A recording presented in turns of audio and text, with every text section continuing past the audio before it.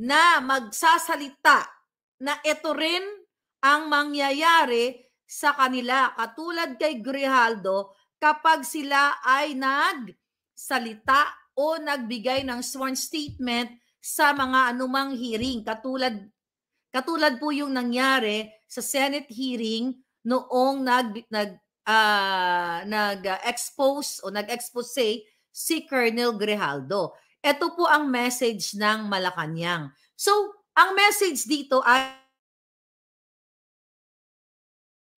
again, mag-fabricate ng crime, i-cover up para i-divert ang attention talaga, ay divert ang attention ng taong bayan kay Sara, kay Duterte, sa lahat ng mga kritiko.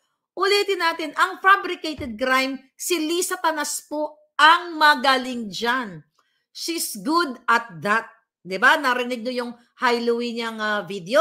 Si Lisa Tanas, magaling mag-fabricate ng crime, which is ginawa nila kay distressed mother na pinakidnap ang dalawang anak sa Turkey. Kaya ngayon, Colonel Grijaldo, humanda-handa ka na. At yung mga kasamahan mo, dahil lahat ng aayon sa mga Duterte with regards dun sa ano na yon, sa war on drugs, kahit na totoo ang inyong sasabihin, nakitang-kita nyo naman, dahil inamin naman ni Fernandez at ni D-Boy Dila na talagang pinatawag nila at kinausap nila si Colonel Grijaldo. By the way, so ang target nila, ayan, ma'am, grabe na talaga dito, talamak na po, nakakaawa din yung ating mga pulis. Sabi yun, nakakaawa din po yung ating mga pulis na matitino. Sabi ganon. Mayroon nga po dito PSG na, sabi niya, ma'am, mayroon nga po itong isang PSG na nagsabi na kilala niya si Sir Grijaldo. Napakamaayos po yan na pulis. Ayun. Sabi, napakaayos po yan na pulis at grabe po walang magawa yung mga PSG dito. Sana po talagang mag-aklas na yung taong bayan, mag-speak update po katulad ng sinasabi ninyo. Okay. So yan. So ngayon mga palangga, okay, ang intention nila para matakot ang mga kapulisan o yung mga men and women in uniform. So ano tong sinisenyalis sa inyo? Ano tong binibigay na mensahe, di ba? Nakakababa ng inyong moral o ang ginagawa sa inyo ng bangag ay gusto nilang maging duwag kayo. Kaya nga itong puting ahas natin, sabi, ma'am, mukhang may malaking bakbakan na magaganap. I don't know, I don't want to be specific, but may darating na bakbakan, I don't know, literal na bakbakan or bakbakan ng mga pananalita and everything. Kasi apektado, Miss Maharlika, apektado na po talaga kami dito. Wala lang po kasi kaming magawa, ma'am, nabubusalan lahat. Kaya nakakaawa po yung mga pulis katulad ni Colonel Grijaldo, okay, na pinapahanapan ng butas. Okay? Paggawa ng fabricated crime dahil lang po sa kanyang testimonya sa Senado. Dahil lang po sa kanyang testimonya sa Senado at nagsabi lamang siya ng katotohanan. Ayan. Okay? Basahin pa natin. So, okay. So, nakita natin ito mga babayan. Gustong sabihin ni Butod, ni Bangag, na kayo mga pulis kayo, whether you are Colonel, General o mataas, kayang pisain ang itlog nyo. Okay? Kaya magising na kayo. Sabi nga dito, nasa loob mismo ng Malacanang, ang ating mga puting ahas, ito ay message ni Lisa Tanas, ni Bangag Jr. na kisihoda, ikaw ay general o whatever, sa ngalan ng salapi, kung mabibili ka nila, pipisain nila yung itlog ninyo. Kung talagang matapang kayo, dapat hindi kayo pumapayag na pipisatin ang itlog ninyo gamit ang perang ng bayan. Dahil kung kayo ay lahat kayo dyan, PSG o mga kapulisan, kung kayo ay manindigan laban sa mga demonyo, you guys, kayo ay mabubuhay ng tama, ng decente na may dignidad, kasama ang inyong pamilya, na gamit ang inyong pinagpawisan na pera, trabaho, and retirement. And the intention na gagawin kay Mr. Grijaldo o kay Colonel Grijaldo ay para ma-forfeit ang kanyang benepisyo. How sad for the family, not only for Colonel Grijaldo, sa inyo pang mga kapulisan, sa iba pang mga general, sa ibang mga colonel o sino pa man, men and women, Navy, military, police, whatsoever. Di ba? Na basta-basta na lang kayong tatakuti na mga putang inang bangag na ito ni Lisa Tanas na yung si Bangag Jr. ay authenticated addictus benedictus. Pababayaan nyo na lang bang mapababa ang inyong mga moral katulad na lamang niya kay Colonel Grijaldo at iba pang mga kapulisan? Alam nyo, lahat ng nandiyan ngayon sa gobyerno ni Bangag na mas may binigyan kayo ng dignidad ni Duterte. Pero ngayon, anong ginagawa sa inyo? Hindi ba kayo nahiya? 15 trillion ang ating utang now ng Pilipino. Di ba? Ngayon, sa panahon ni Bangag, ilang infrastructure projects ang pinatayo sa inyo. Kayo kasama dito, mga kapulisan. Lahat kayo. Kahit lahat kayong Pilipino. But I'm just talking to you. Uniform personnel. Di ba? Yang baha na yan. Yang dilubyo na yan. Tapos ngayon, pabababain ni Lisa Tanas, ni Bangag ang inyong mga moral gamit sa laksakan kayo ng pera para hindi na kayo magsalita ng katotohanan. Remember, anong sabi ni Abante? Oh, may 4 na taon ka pa pala o pwede ka pa maging general. Di ba? Pinag-usapan namin ni Atty. Glenchong yan. So, it's like telling him na sumunod ka na sa gusto namin. O, pwede ka mang general kapag umayon ka sa aming kasinungalingan. Na ipin down, na idiin si Pangulong Duterte. Okay? Ipin down ng ipin down. Kaya nga, di ba, kahit anong pin down, mga kababayan, ang ginagawa, kahit anong cover up, ang ginagawa ng gobyerno, napipin down ba ang mga Duterte? Hindi. Kaya sabi ko nga sa inyo, di ba, Atty. Glenchong, kasama ko kagabi, pinag-usapan namin yan, na pag sinabi ni Pangulong Duterte na siya ay gumurgur, di ba sinasabi ni Duterte, ulihin nyo na ako, parang ang tagal na akong gumugurdur ng tao. Di ba, may mga ganong eksena si Pangulong Duterte. Sinabi nga ni Atty. Glenchong dyan na sa korte, hindi po pwede nagsabi ka lang, pumatay ka ng 1,000,000, 100, makukonvict ka na. Diba? Kailangan nasaan yung ginurgur mo. And hindi pwedeng si Dilima at si Ontiveros ang magrereklamo niyan palangga. Ang dapat nagrereklamo niyan ang biktima. And even, ngayon, di ba, mayroong binalita ang Net25. Net25, di ba, INC yan. Binalita nila na nakita sa CCTV si Trillanes na nandoon sa opisina ng mga chairman ng mga committee, mga kababayan, doon sa Huwadcom. I believe ipapakita ng Net25 ang kanilang video, yung kanilang mga pasabog, maybe later or tomorrow. Pero nabanggit nila, I don't think magsasalta ang mga host doon kung wala silang pinanghawan. Ang sinabi nila doon, na namataan si Trillanes na pakalat-kalat at hindi lang pakalat-kalat, nasa opisina ng Huwad Committee Chair, person and chairman. Okay, babalikan ko lang yung sinabi ko sa inyo. Ito, from the Puting Ahas. Oops. I told you November, okay, I think November 18. Right. November 18, naalala nyo ating pasabog. November 18, 2023, ang title ng ating vlog, O-Plan, Eliminate the Enemies. Okay? Anong sinabi dito ng ating Puting Ahas? Ipinatutupad na ng Malacanang ang O-Plan, Eliminate the Enemies, kung saan ang mga pangunahing layunin ay makontrol ng lahat ng sangay na gobyerno at manatili sa pwesto ang pamilyang Marcos 2022-2028 to 2028, Tambalos Los Romualdez 2028-2024, at Charis 2034 to 2040. Even before this Puting Ahas, sinabi ko na yan sa inyo first quarter of the year. Ngayon, ano ang kanilang sequence? November 18 to. This is prior to that, yung pagkalas ni Inday sa pag-resign niya sa Department of Education. Pero titignan ninyo kung kailan nagkamali ang ating mga informante. Ang sabi dito, November 18, gibain si Vice President Inday Sara gamit ang confidential fund issue. Nagkamali. Sabi niya dito, ano ba ang katotohanan Meron bang pagkakamali si VP Sara? Wala. Okay?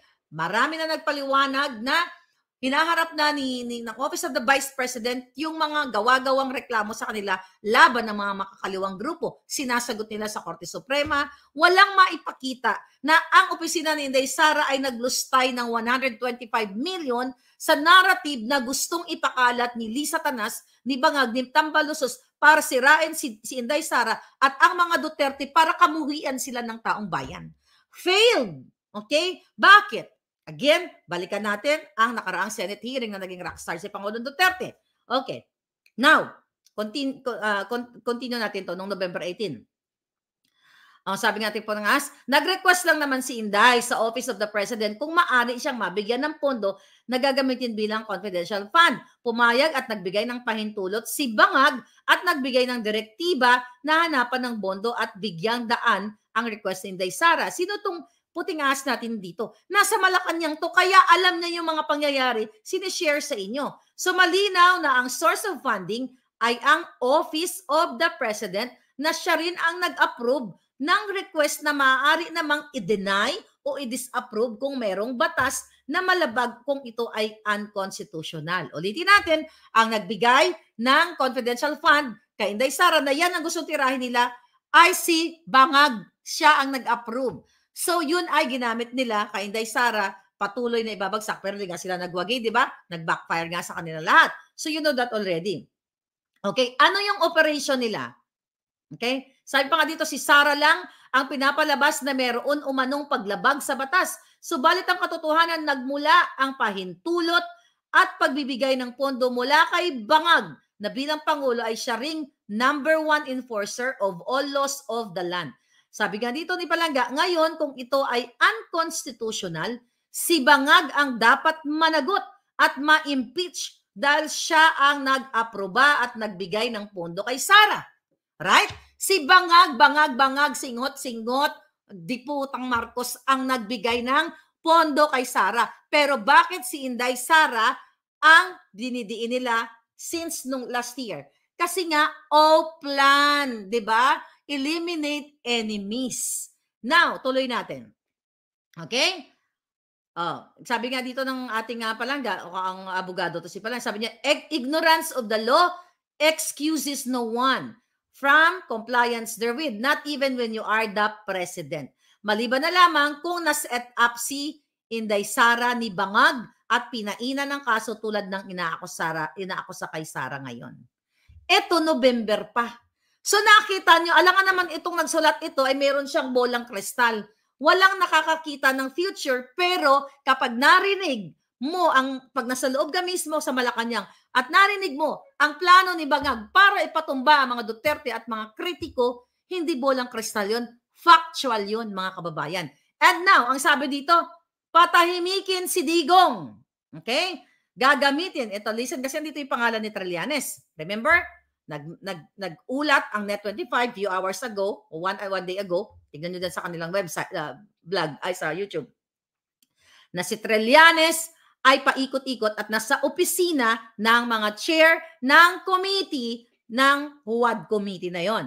So sabi dito, November of 2023, gagamitin ni Bangag at Tambaluslos si Bonjing Rimulya para gumulong ang request ng ICC na makapag-imbestiga sa umano ay paggugurgur sa karamihan or genocide niya na naganap noong panahon ni PRRD, bunsod ng war on drugs. Okay, sa pamamagitan nito, sila ay umaasa na tatahimik at magwawalang kibo si PRRD sa lahat ng korupsyon, anomalya at kalabisang ginagawa ng Marcos Lisa Tambalos administration. So ginagawa nila to, yun yung playbook nila.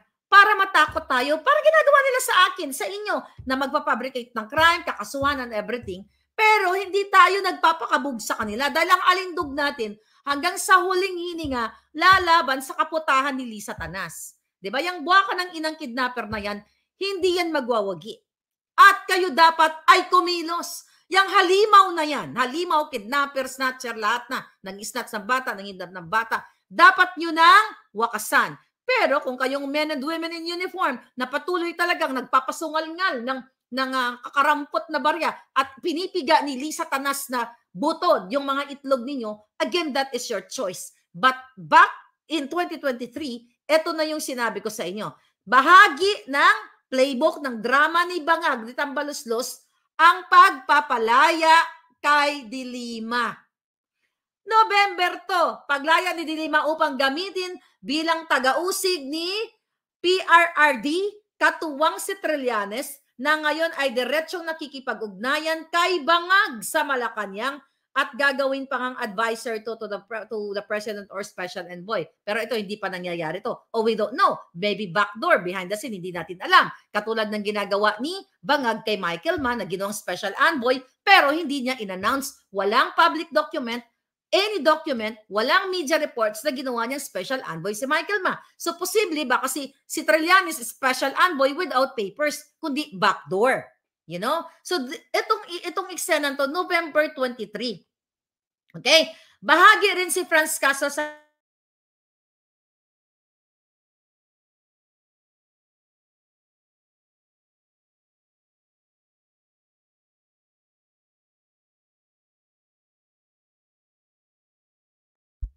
Ngayon, nawala tayo pala nga. Hindi ba malinaw sa sikat ng araw sa inyo? Kaso, akala nila, madediin nila si rockstar PRRD. Siya ang tunay na rockstar. Kahit sabi pa ni PRRD, ikaw na, death squad ko yan. Ganyan, dadadada. Kailangan nilang patunayan, sabi nga ni Attorney Glenn Chong, kailangan mag-corroborate yung sinasabi ni Pangulong Duterte. Tignan mo yung mga eksena ni Pangulong Duterte, may death squad daw siya, may 7 daw siyang nagurgur. Oh, saan sila ngayon? Paano nila papatunayan, whether sa ICC o sa korte natin, saan yung pinagurgur ni Pangulong Duterte o yung mga death squad niya? Eh kasi nga, ino-okray lang sila ni Pangulong Duterte. Pero, lingid sa inyong kaalaman, kaya nandoon si Trillanes sa WAD committee, okay? At meron silang kinakasabwat sa Senate para i-extract, magaling talaga sila sa extraction, yung transcript of records ng mga statement ni Pangulong Duterte at mga transcript sa WAD committee para i-forward nila sa ICC. Again, mga kababayan, hindi magwawagi ang kajotahan ni Trillanes, ni Bangag. Lahat sila nakipagsabuatan para i-push itong ICC na ito. Kasi hindi nga tayo miyembro na ng ICC. Kaya nga sinasabi ko sa inyo, si Pangulong Duterte ay nag-isip ahead of the Bangags. 'Di ba? Kasi alam ni Pangulong Duterte na yung ICC na yan gagamitin against him dito sa war on drugs na kung saan kayo ay milyon o libo-libong nagkaroon ng peace of mind during his term. Now, okay, November 2018. Okay? Ito extradition, ipapadismiss ni Bonjing Remulla ang kaso ni Kibuloy na nakafile sa Davao upang maging eligible ng gagawing request ng US FBI for extradition ito. Sa ilalim kasi ng ating batas, hindi maaaring i-report ang dayuhan o ma-extradite ang Pilipino if there is a pending or ongoing case against a respondent due to the primacy of Philippine jurisdiction over persons residing or sojourning who is accused of having committed crime. Pero naging ibang landas. Di ba? Hindi nila pina-extradite si Kibuloy, pero tinira nila, pinasara yung SMNI. Ito, nakasama nga dito, November. Closure of SMNI. During this time, hindi pa sarado ang SMNI. Martial na ngayon pa lang. Kitang-kita ang sadyang pananahimik ng traditional media para sa pressure at pananakot ng Marcos Ahas Tambaluslos administrasyon sa lahat ng media outlet na maging kritikal o babatikos sa kanila. Pangunahin dito ay ang pagsara at ang pagpapasara sa SMNI kasi yun ang target nila dahil ito yung broadcast parang platform ni Pangulong Duterte. Okay, ito pa nga Maharlika and vloggers. Malaking halaga ang nakalaan sa mga critical na vloggers para alokin at suhulang tumahimik lang at tigilan ang paglalahad ng mga taong kaganapan sa pamahalaan. Si Maharlika ang numero 1 target ng mga aso ni Ahas at Tambaluslos. Hindi ba halata? December pa lang of 2022, inofera na ako ng mga puki ng inang yan. Pero hindi ko tatanggapin ang perang ibabayad nila sa akin galing sa inyo. Dahil sabi ko nga, over my gorgeous body like you guys, na mga palanggingking ko, hindi tayo aatras sa laban sa mga putang inang ito. sisiguraduhin natin na hihilain natin sila sa impyerno. Sabi nga ni Pangulong Duterte. Ha? Kung kailangang i-dethrone natin si Satanas, actually dapat ilagay si Satanas doon, pero nandoon tayo. Kasi kapag tama si Pangulong Duterte, si Satanas ay taga-pedicure na lang niya. Kasi kung buhay si Satanas, pwede pa siyang gumawa ng katarantaduhan. Kailangan ma-dethrone natin ang halimaw. Wala. Nandiyan si Satanas. Parang may kumakatok. Anyway, kailangan ma-dethrone natin ang mga halimaw. Kung kailangan maglaro ka o magpakahalimaw ka para magurgur mo ang halimaw, you have to do it. Sabi ko nga sa inyo, pag halimaw ang katapat mo, dapat mas halimaw ka sa kanila. Kasi kung magpa-under ka sa halimaw, gurgur ka. Kaya tama ang Pangulong Duterte. Di ba? Yung mga kriminal dyan, ma-surprise na lang kayo. Pag akyat nyo sa langit, ako na, iba na ang nakaupo sa trono. Di ba? Pa-smile-smile siya ng ganon. Yung mga tanga, hindi nakakakuha ng joke niya at walang sense of humor. Ano sabi ni Pangulong Duterte? Taga-manicure ko na lang si Satanas. Pag na-dethrone natin si Satanas, si Satanas, si Bangag, hindi na natin silang hayaang mag-manicure. Dapat kung may gurgur talaga, 'di ba? Ano na 'yan? I-selya di chuba-chuchu na 'yan. You know what I mean? 'Di ba? 'Yun dapat ang parusa sa kanila. Kaya dapat kayo ay magsalita na. Lalo na kayo, men and women, I don't know, pilit kayo nagpapapiga-piga ng itlog nyo dyan. So, ayun. Removal of SARA. Ito, nakalagay dito, oh.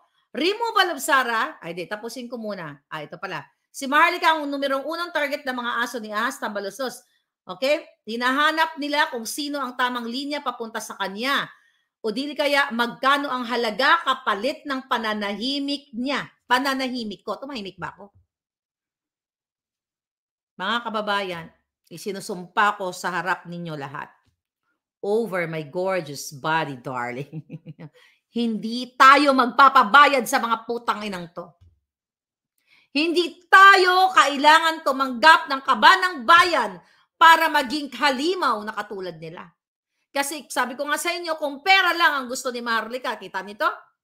Ang daming channel na dumaan sa akin na manahimik ka na palangga, pumunta ka na lang sasalubungin. 'Di ba sinabi ko sa inyo, December, pumunta ka na sa Malacanang, i-surprise natin si Lisa, Sabi ko, ano ako, ulul, katulad nila? Ano ako, bangag? Iso-surprise ko, tapos kunyari, painumin lang ako ng, baka sa airport pa lang, binangbangbang na ako ng mga putang. Hindi ako tanga katulad mo, Lisa.